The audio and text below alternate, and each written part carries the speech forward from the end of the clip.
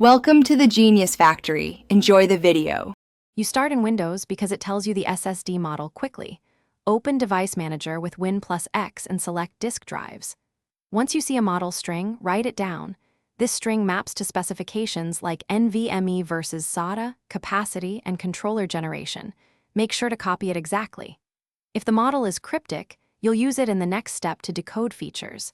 This avoids opening the machine and keeps the process fast and safe. Next, you verify details with system tools or a lightweight app. Run MS-Info32 or PowerShell Get Physical Disk to see interface type and health. If you prefer visuals, use Crystal Disk Info or the vendor's SSD utility. These show protocol, firmware, and smart attributes. Once done, compare the exact model string to the manufacturer's spec page to confirm NVMe version, PCIe lanes, and speeds. This explains why performance numbers differ across drives and guides upgrade decisions.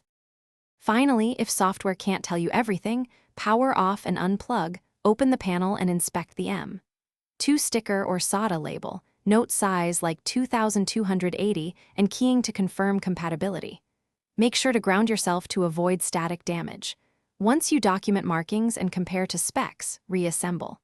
If the drive doesn't appear in software or BIOS, reseat the drive, update the BIOS, and try a Linux Live USB to rule out OS issues.